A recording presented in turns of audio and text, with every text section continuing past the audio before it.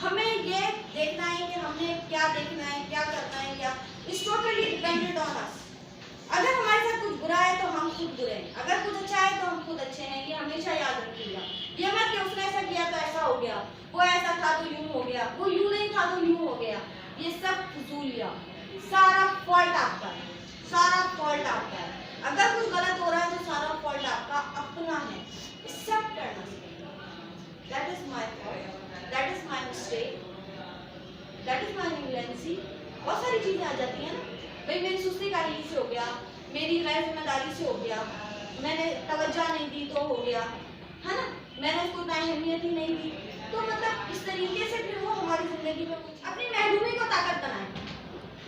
जिंदगी में अगर कभी कुछ ऐसा हो गया है तो बड़ा जबरदस्त टॉपिक है। देखे ना, महरूमी, बहुत सारी चीजों का हमें गिल्ट हो रहता है जिंदगी में। पता नहीं हमें ये चीज नहीं मिली, हमें ये मिलता तो हम ये हो जाते, हमें एक एहसास महरूमी रहता है। मेरे पास था, हमें पैसा नहीं मिला, हमें यूं नहीं हुआ, होता है ना बहुत सारे कुछ ऐसी महरूमी। देखिए ना, आपको तो सिर्फ है, कुछ बेचारे डिसेबल भी तो होते हैं ना, हैंडीकैप जिसको हम कहते हैं, मजदूर अफराद, ऐसे भी तो होते हैं, उनको भी जिंदगी में, लेकिन वो भी आपसे ज्यादा कहीं कामयाब शुक्र अदा करना चाहिए, है ना।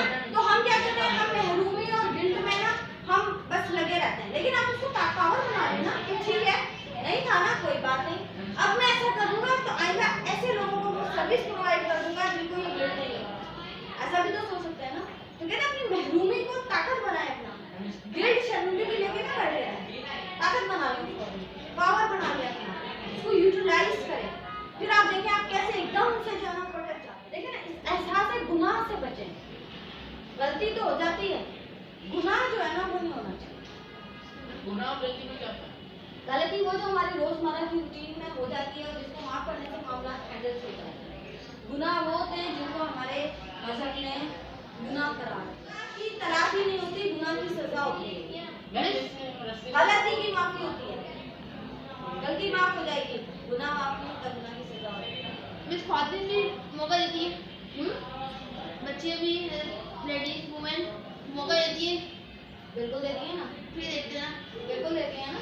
आप सब तैयार होकर दुपट्टे गले में लेके घूमेंगे, ऐसे रुपये भी लेके घूमेंगे और अच्छे से नहीं कपड़े आपने पहन वेयर करोगे तो सब आपको देख रहे होंगे ना कि आप कैसे चल रही हैं, तो फिर वो भी देखेंगे आपको। और अगर आप ये चाहें और ये दिखाने के लिए आप चल रही हैं कि लोग आपको देखेंगे आपने कितनी अच्छी ड्रेसिंग वेयर करी, ये चीजें वेयर करी, तो दैट इज गुनाह। तो फिर आप सोच रहे हैं कि आपका कदम देखिए ना, हमारा दीन हमारी जिंदगी में इल्म का बेहतरीन जरिया है। हम बचपन में कुरान पाक अरबी में पढ़ते हैं, इसका तर्जुमा नहीं पढ़ते, इससे कुरान करीम का असल मफहूम हमें समझ में नहीं आता। ठीक है, हम में से अक्सर हदीसें इतनी पढ़ी होती हैं जितनी दुनियाती किताबें लिखी होती हैं, इतनी पढ़ते हैं ना, या मुझसे भी कभी किसी ने हदीस की किताब उठाई है? नहीं उठाई है ना। इसी तरह इस्लाम का अधूरा इल्म हमारी जात के अधूरेपन में बदल जाता है। ये जो हमारा अधूरापन है ना, इसी वजह से है हमारा अधूरापन, ये हमने समझा ही नहीं, शुरू से पढ़ा ही नहीं। पहले कौन सी दुनिया में कुछ चीजें होती थी क्या? मुझे बताएं, कौन से इल्म थे दुनिया में? नहीं थे ना। कुरान पाक पढ़ के सारी रिसर्च होती है, कुरान पाक पढ़ के ही सारी चीजें। आज भी अंग्रेज सारे कुरान पे रिसर्च करते हैं, कुरान पे रिसर्च करते हैं। हजारों साल पहले आई, 1400 साल पहले आई किताब पे बार-बार ट्राई करते थे, पहले फेल हो गया, जो इसमें लिखा है तो होगा नहीं। जो कुरान पे रख के रिसर्च करते हैं वो हमेशा कामयाब होती है, हमेशा कामयाब होती है। तो वो कहते हैं कि जो किताब में ये लिखा है तो इसका मतलब है दुनिया में जो हम आज देख रहे हैं, तो मतलब ये उसी की किताब है ना जिसने दुनिया बनाई है। तभी तो उसे पता है, आज इतने हजारों साल पहले उन्होंने हमें बता दिया और हम आज नहीं पढ़ रहे। तो हम पूरा नहीं पढ़ते ना बेटा, कुरान आपने तर्जुमे से नहीं पढ़ा, तफसीर से नहीं पढ़ा। जो कौमें अपनी अक़दारें छोड़ देती हैं, जो कौम अपनी अक़दार छोड़ देती है, दूसरों के अक़दार पे चलती है, वो हमेशा गुलाम होती है, जैसे कि हमारा माशरा है। और जो कौम अपनी इक़दार पे चलती है